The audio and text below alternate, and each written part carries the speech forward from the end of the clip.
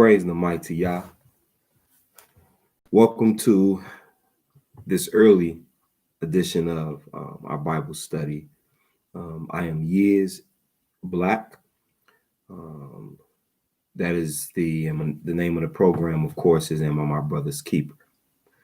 Y-I-S, Y-I-S, is for Yah is salvation. And I am also Minister Michael as well, but I just titled the show this because I like it. So, welcome. I apologize. I was supposed to air last night, but had some issues with that. So basically what I was going to do was give you the start of what's known as the list of kings. And once again, this type of Bible study, it is an intermediate course. All right. This is, I'm starting basically from scratch. Now, every once in a while, I may go and discuss a scripture, or we may talk about a topic outside of just getting everyone to understand the history behind scriptures. So basically what I'm doing is I'm taking my time. It's not a rush at all. If you have any questions or anything like that that you would like to share, or any comments you would like to share, please type them in. All right. All right. First thing I want to do is open up with the Psalms. All right. So let's open up with Psalms 100. It says, make a joyful noise unto Yah, all ye lands. Serve Yah with gladness. Come before his presence with singing. Know ye that Yah, he is Elohim. It is he that hath made us, and not we ourselves. We are his people and the sheep of his pasture. Enter into his gates with thanksgiving, and into his courts with praise. Be thankful unto him and bless his name. For Yah is good. His mercy is everlasting, and his truth endureth to all generations. Praise the mighty Yah. All right, and as I stated earlier, I do apologize for this morning edition of Am I My Brother's Keeper? I did not, normally I would broadcast in the evening, but just had some issues last night. And I did make a promise to the Almighty that I would broadcast this morning. All right. Now, this broadcast is not going to be very long. It's going to be a pretty short one. I'm just going to give the first group of kings before Yehuda and Israel split. Okay. Now, before I go into that, though, let me make this comment. Last week, my elder Ezekiel, he taught a wonderful lesson on marriage last week. And the one thing that I thought on was how we as Black men, I don't know about no other race. I've been Black. That's how I was raised. So, but we have failed our Black woman in a sense. The one thing that we have done is a lot of us as Black men have caused our Black woman not to trust in us. Now, I'm only talking about the men. I'm not saying anything. I'm not saying that the women are 1000% right, because we're all messed up. Right now, I'm talking about us as men. We have totally negated the structure of family. Some of us, not all of us, because there's some good brothers out there. But some of the good brothers are being overshadowed by the knuckleheads. And the one thing that we lost as Black men is the trust of our Black woman. We've lost it. And as a Black man walking into a family, it is important to be established. Have something set up. Be able to bring more to the table than your physical prowess. Be able to bring more to the table because you're going to run a household.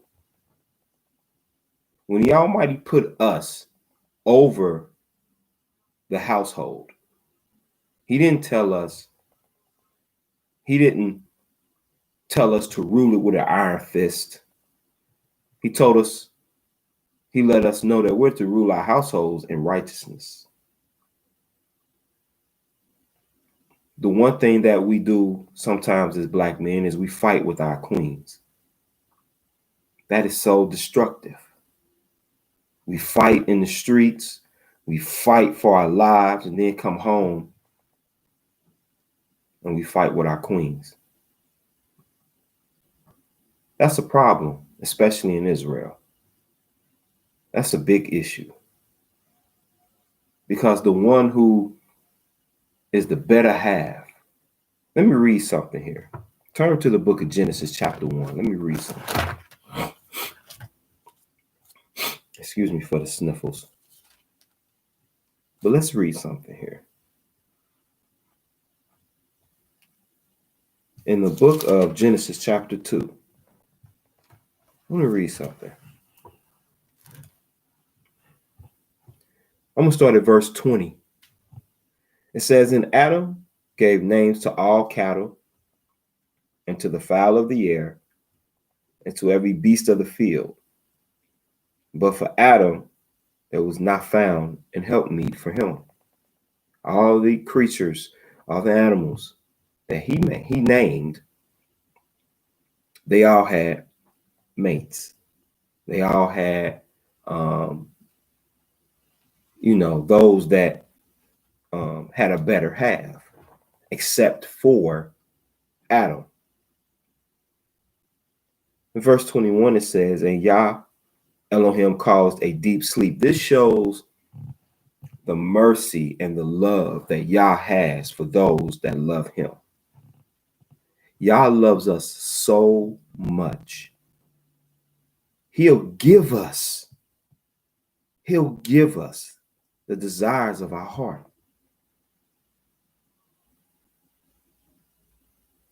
He gives us breath. He allows us to wake up in the morning and have our breath renewed, our ruach renewed. He wakes us and allows us to have those things.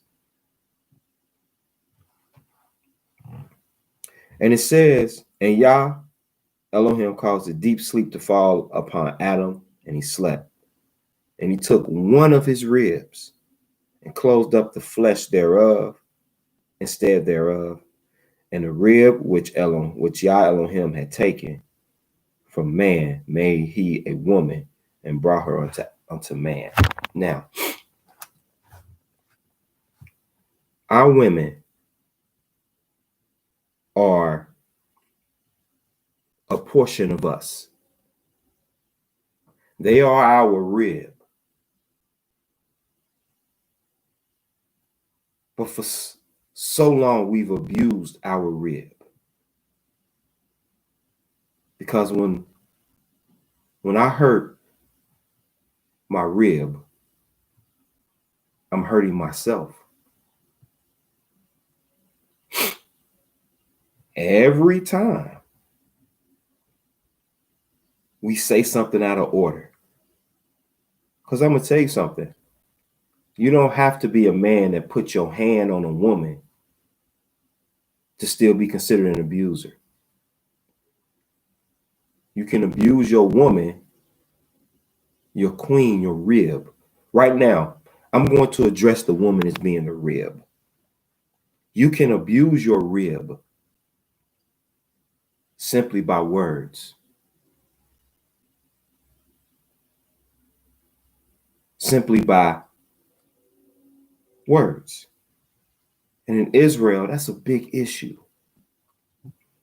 And I'm speaking to Israel right now. I'm not worried about the Christian household or the Islamic household or any other household. I'm talking about those who know Yah. In our marriages, We are failing our homes. As Black men, we're failing our homes.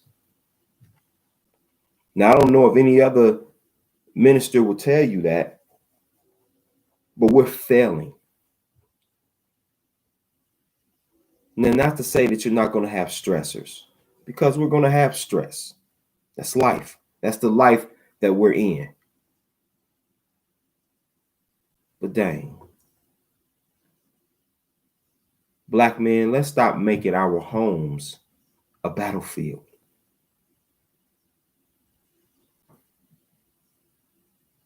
Let's stop it.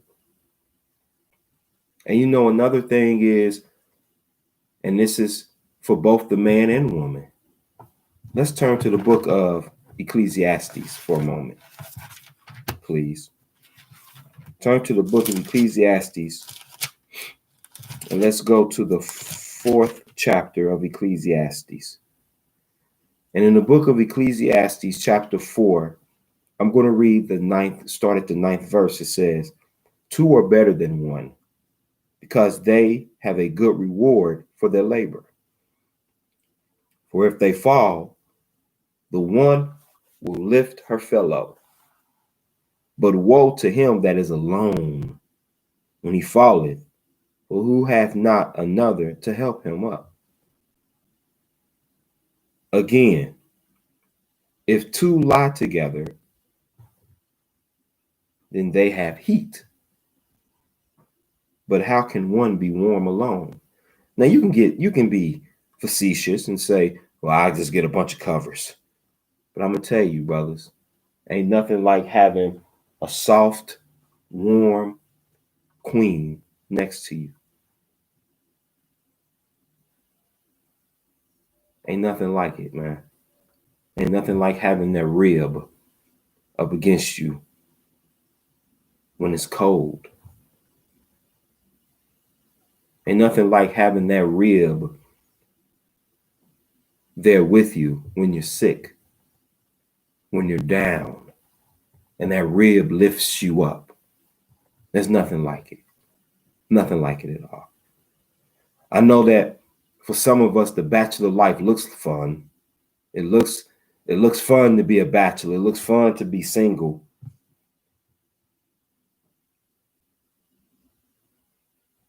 But it's lonely. And it's nothing like having a wife that serves Yah. There's nothing like having a wife that serves the Creator to help you raise a Elohimly seed. It's nothing like it. Let me continue reading in the book of Ecclesiastes 4. I started at the 9th verse. Now I'm at the 11th verse. Again, if 2 lie together, then they have heat. But how can one be warm alone? If one prevail against him, 2 shall withstand him. And a threefold cord is not quickly broken. Threefold cord. You, your wife, and in the middle, there's Yah. Yah is at the helm of that marriage. A lot of times when marriages are failing, in the beginning of a relationship, everything is, flowers and roses and I'm in love. I'm so in love. And that's a beautiful thing. But the one thing in a marriage that is so destructive is eventually Yah's presented to us at the beginning of the marriage when we stand before each other and before the minister and we make our, you don't have to vow either in a marriage. You don't have to make vows. But you have this ceremony, you standing before each other, you're uniting this covenant, you bring yourselves together, and then Yah is there for that moment. And then for some marriages, when we get home, or when we get to the honeymoon or wherever, we take Yah, put him in a box with the pictures, with the wedding pictures, and put him up in a closet.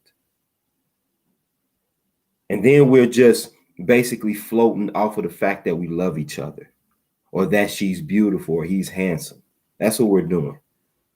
However, the thing that's so destructive is that it's not until there are problems in our marriages that we go back and say, oh, I know how to fix it. Let me go to the closet and get Yah down.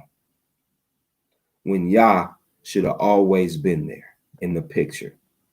We always put the creator away. He should have always been in the picture. Always.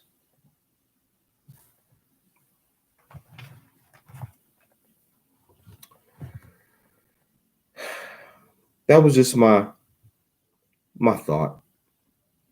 Just that as Black men, we need to do better. We need to do better.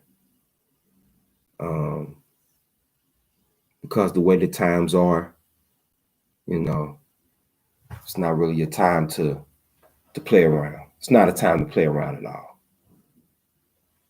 And as Black men, we have things that we have to have our shoulders strong enough to carry. And in some cases, we've caused our Black woman to not trust us, to not feel confident in being with us, to be afraid of us. And that's something we have to fix. Let's stop looking at our wives or these sisters like they're just something to do, and start looking at them as though they are our rib. And for every abusive word or every abusive gesture, remember, when you hurt your rib, you're hurting yourself. That may be cliche, but it's the truth. You hurt your rib, you hurt yourself. That's my PSA. And let me say this as brothers, a lot of us may not have had a man in our home to show us how to be men. And I'm not talking about having a man in the house, because some of us had men in the house, but they ain't pay us no attention. They went to work and then came home and did what they was gonna do or whatever. But not a lot of us had an example of what a husband should be. A husband's role. Not a lot of us had that example. And if you did, praise the mighty Yah, embrace it. If your father's still alive, you thank him. Thank you for giving me the example of what a man should do. A man is a provider. He's the protector. A man ain't Yah, but we do have a duty.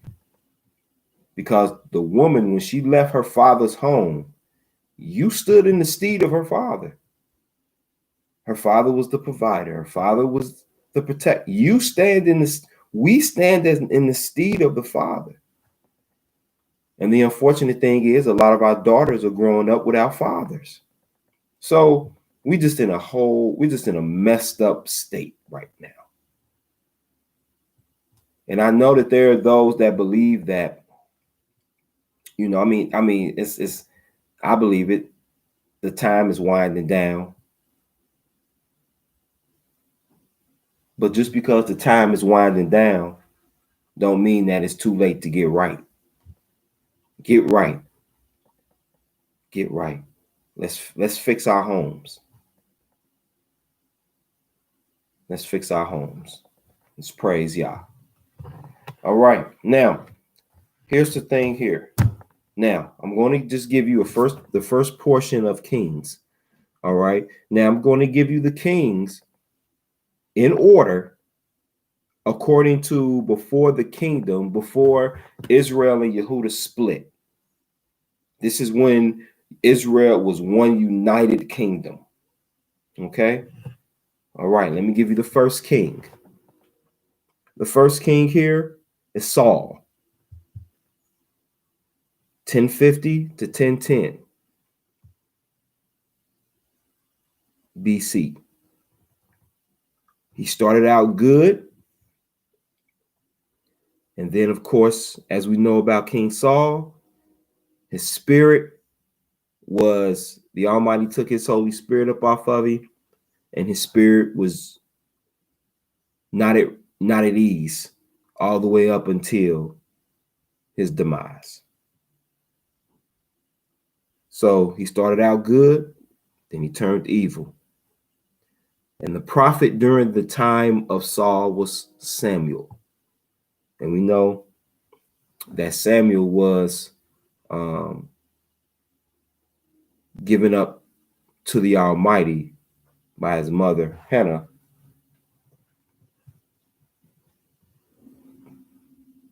To the Almighty, not given up like, here, take him, I don't want him. It was like, he was dedicated and promised that to Yah.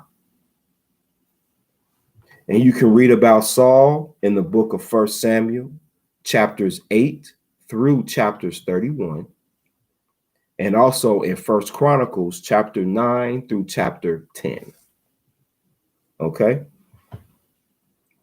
The next king after Saul, 1010 to 970 BC, was David. It was David. David, of course, as we know, King David was good. He was a good king. He was a good man.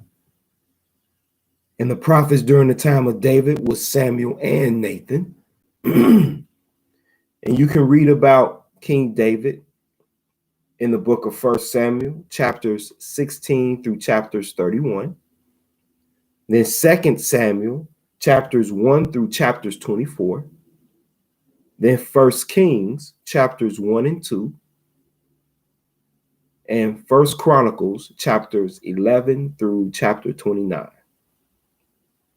All right. Now, here is would have been the final king of Israel before Israel split. And that would have been Solomon. 930 to 970. Now, when these numbers or these years are read, like BC, 8 and BC, that which stands for before Christ, the second number is the oldest number.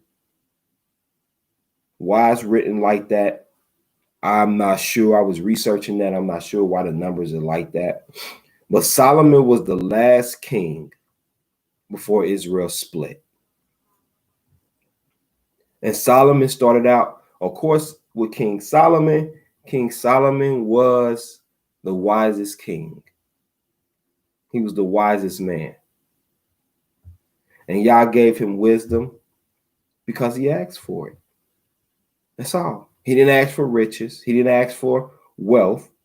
He asked for a righteous heart, righteous mindset, so he can judge the people righteously.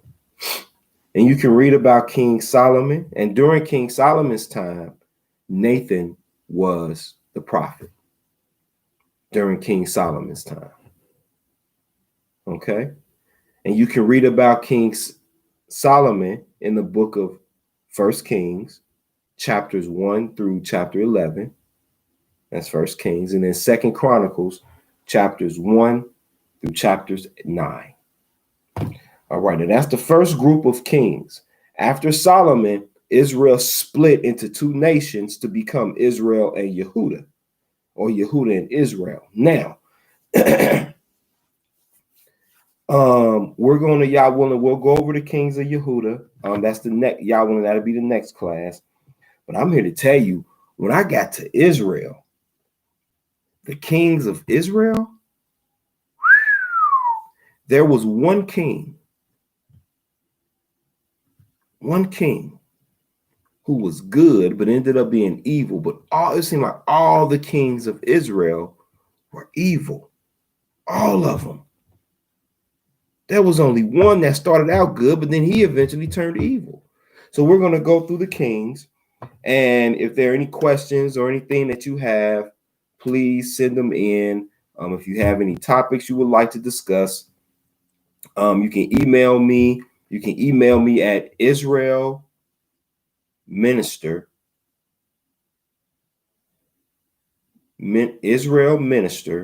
all lowercase, at yahoo.com. Okay? That's Israel, Yisrael, Minister, Minister, at yahoo.com. And if you have any comments or questions, you can send them in through the email, and then I'll look at them, and we can have a discussion about them. And if while I'm recording live, if you have questions or comments, you can send them in as well. All right. So that's it for right now. For Am I My Brother's Keeper? I thank you for your attention, giving all praises and glory to the mighty Yah. This is Minister Michael, aka Yis Blaq, asking, am I my brother's keeper? And the answer is yes. Praise the mighty Yah. Shalom.